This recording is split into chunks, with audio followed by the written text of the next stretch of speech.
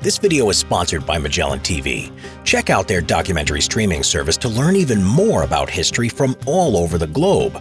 We highly recommend that you watch Royal Britain, an aerial history of the monarchy, to witness the land where royal history was made in visually stunning 4K. Allow this unique documentary to recount tales of monarchs past while overlooking the real landscapes these stories took place upon. There's no CG here, just the pure, lush land of the British Isles. Magellan TV has the most varied content on history available, from ancient civilizations to modern times, and from in-depth biographies to sweeping war stories. You can also dive into their other extensive genres such as science, true crime, travel, and more. With over 3,000 documentaries, movies, and series, with some available at 4K high def, they have the largest collection out there, and their weekly content drops ensure you'll never run out of things to watch. Simple History viewers can get a 30% off annual membership and a 2-week free trial to be sure you love it first. This is also available to returning members, so if you've let your membership lapse, you can still claim this offer. Click on the link in the description to try Magellan TV now. You'll be glad you did. The Rotten Royals of Old England. The British monarchs of the modern era are cultured, educated, and well-mannered. They exude sophistication, class, and elegance, acting as a moral figurehead to their subjects. However, the English kings and queens of the medieval and early modern period were a far cry from their more refined and polished descendants of today. The English monarchs of the past were disgusting, crude, and brash. Many of their habits, customs, and actions are considered impolite, rude, or gross by today's standards, and they often overindulged in their respective vices. William the Conqueror. William the Conqueror, England's first Norman king, was a short-tempered and merciless ruler who grew obese later in life due to his fondness for excessive food and drink. William, Duke of Normandy, defeated Harold Godwinson, the Anglo-Saxon king of England, at the decisive Battle of Hastings in October 1066. He was crowned king on Christmas Day of the same year. William had a well-documented short temper and had extraordinary fits of rage. In one instance of bad sportsmanship, he smashed a chessboard over the head of a French prince after losing to him in a game of chess.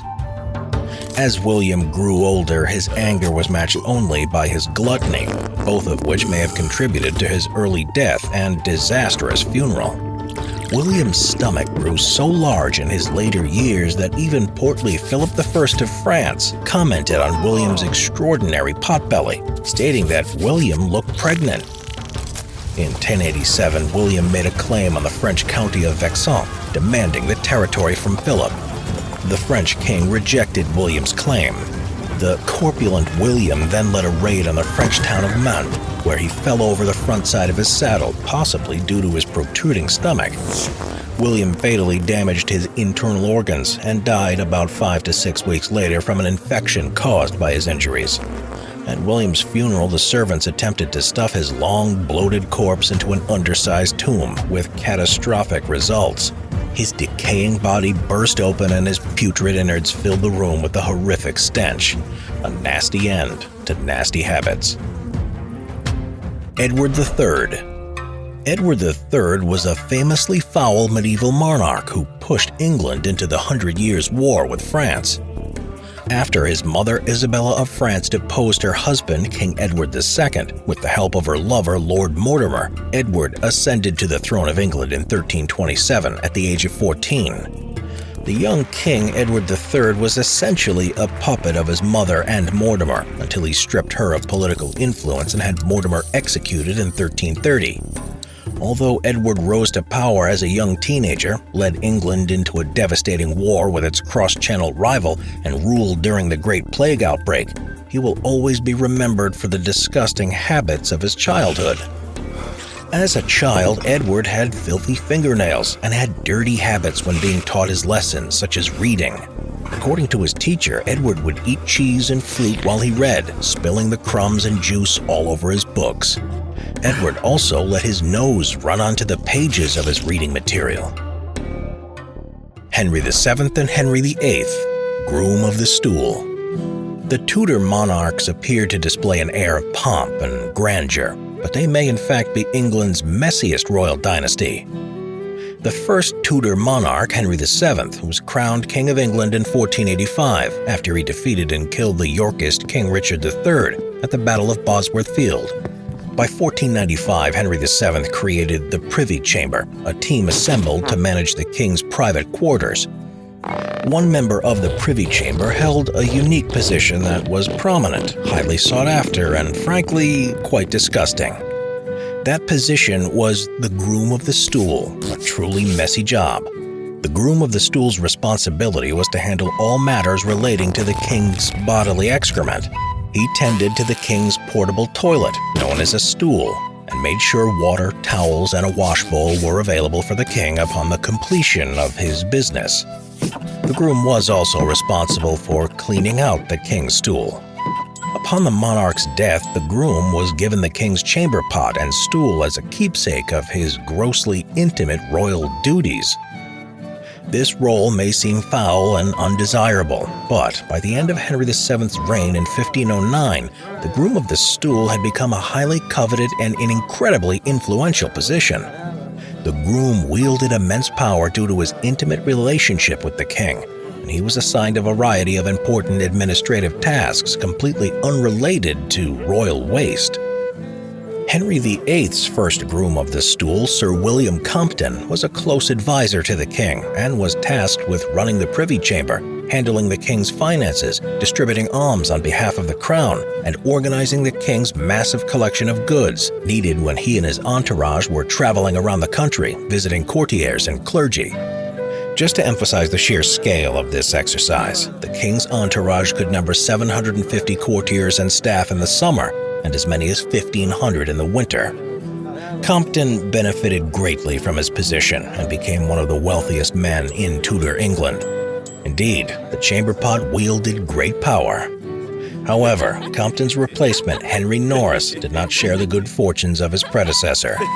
Norris was accused of conspiring against Henry VIII and committing adultery with the king's second wife, Anne Boleyn. He was beheaded along with the disgraced queen in 1536. Ultimately, the power of the pot only went so far. Elizabeth I. The groom of the stool's importance waned in the 17th and 18th centuries, and the role was eventually done away with in 1837 by Queen Victoria. But that didn't eliminate the nasty habits of the royal rulers.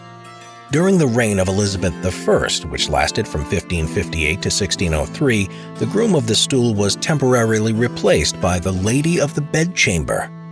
Although the queen didn't have a groom of the stool, she was nevertheless a very messy monarch. In the Middle Ages and early modern period, bathing was an infrequently performed and uncommon practice.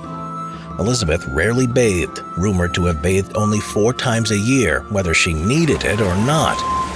As Europeans began to explore and exploit the New World in the 16th century, sugar from the Americas flooded into Europe.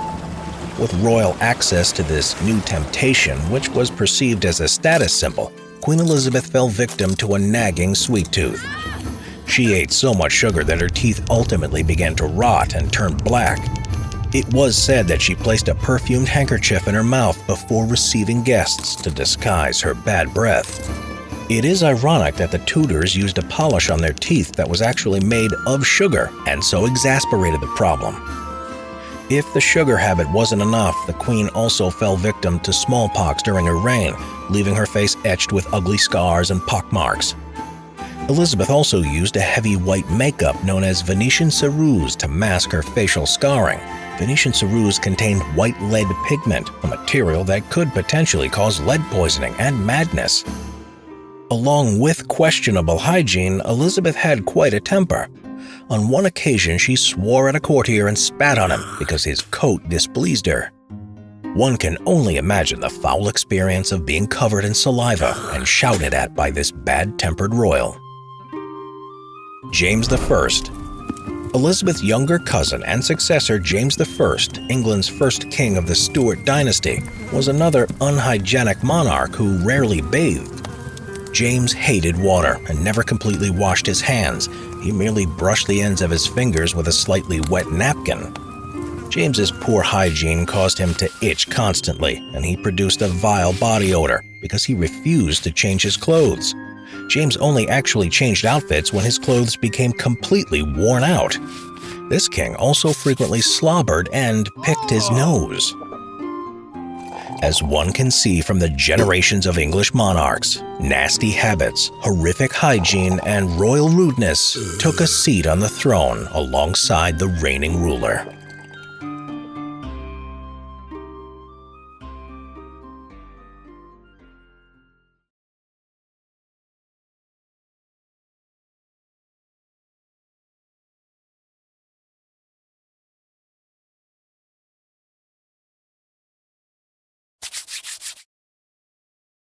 Oh!